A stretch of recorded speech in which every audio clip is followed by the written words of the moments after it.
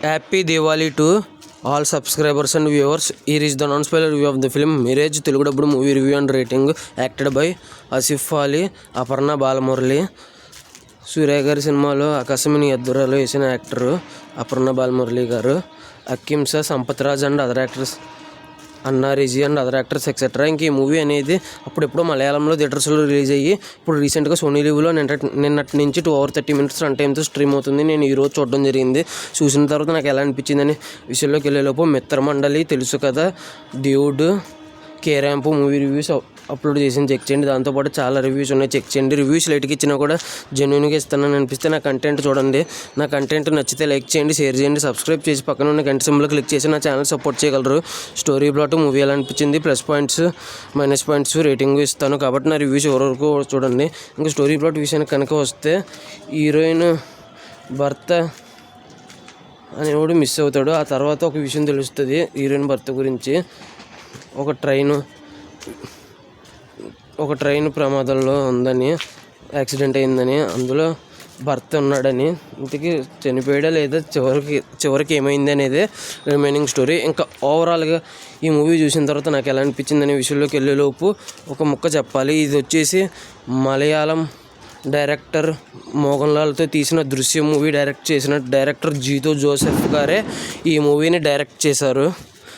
కాబట్టి మినిమం మరీ బీభత్సంగా కాకపోయినా మినిమం ఎక్స్పెక్టేషన్స్ పెట్టుకొని చూశాను నేను. మినిమం ఉంటుంది కదండి జీతో జోసెఫ్ గారు అంటే, ఆ ఉద్దేశంతో చెప్తున్నాను. నాకైతే ఫస్ట్ 15 minutes చాలా దారుణంగా అనిపించింది. ఆ తర్వాత 15 నిమిషాలు బాగుంది. ఆ ఫస్ట్ 15 నిమిషాలు బాగలేదు, ఆ తర్వాత బాగుంది. అక్కడికి 30 నిమిషాలు అయిపోయింది. ఆ తర్వాత మళ్ళీ ఒక 10 నిమిషాలు బాగలేదు, ఆ తర్వాత మళ్ళీ బాగుంది.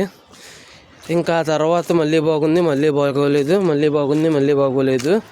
అలా కొన్ని చోట్ల నచ్చి కొన్ని చోట్ల నచ్చక, ట్విస్టులు అనేది ఉండాలి కానీ మరీ మోతాదుకు మించి ఉన్నాయేమో అని అనిపించింది.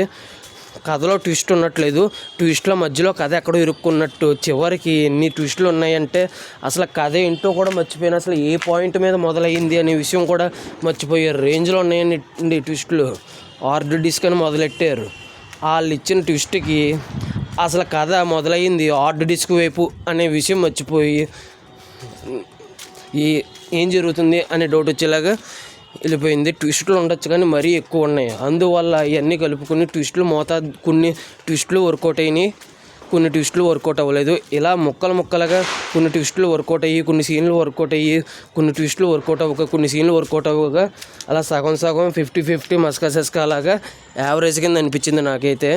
ఇంకా ప్లస్ పాయింట్స్ వచ్చేసి అందరు యాక్టింగ్ బాగుంటుంది, అలాగో తెలుసు. స్క్రీన్ ప్లే, ఎడిటింగ్, ముఖ్యంగా మ్యూజిక్, యాక్టింగ్, ట్విస్టులు కొన్ని బాగున్నాయి అని చెప్పొచ్చు. మిగతా ట్విస్టులు నెగిటివ్లో మాట్లాడుకుందాం. ఇంకొచ్చేసి క్యారెక్టరైజేషన్స్ అందరయ్యి బాగున్నాయి, పాటలు అంత గొప్పగా లేవు కానీ మ్యూజిక్ బాగుంది. ఇంక మైనస్ పాయింట్స్ వచ్చేసి సినిమా వచ్చేసి కొన్ని ట్విస్టులు బాగున్నాయి, కొన్ని ట్విస్టులు ఉన్నాయి కానీ మరీ వాళ్ళకి నచ్చినట్టు చాలా అంటే చాలా అనుకూలంగా రాసేసుకున్నట్టు అనిపించింది. ప్లస్ వాళ్ళకి అనుకూలంగా రాసుకున్నా కూడా కొన్ని ట్విస్టులు వర్కౌట్ అవ్వలేదు. మరీ ఇన్ని ట్విస్టులు ఉన్నాయేంటి, కథ ఏంటి, అసలు కథ దేని గురించి మొదలైంది అనే విషయం కూడా మర్చిపోయే రేంజ్లో ట్విస్టులు ఎక్కువైపోవడం వల్ల నాకు యావరేజ్ అని అనిపించింది. ఇదే బిగ్గెస్ట్ నెగిటివ్. ఇంకా ఫైనల్గా ఈ మూవీకి వచ్చేసి నేను ఇవ్వబోయే రేటింగ్ వచ్చేసి 2.5 out of 5 అయితే వచ్చి అనిపించింది. అంతేనండి. ఈ మూవీ ఎంతమంది చూసుంటే మీకు ఎలా అనిపించింది అనేది కింద కామెంట్ చేయండి. Thanks for watching. Jai Hind. Signing off. Bye bye.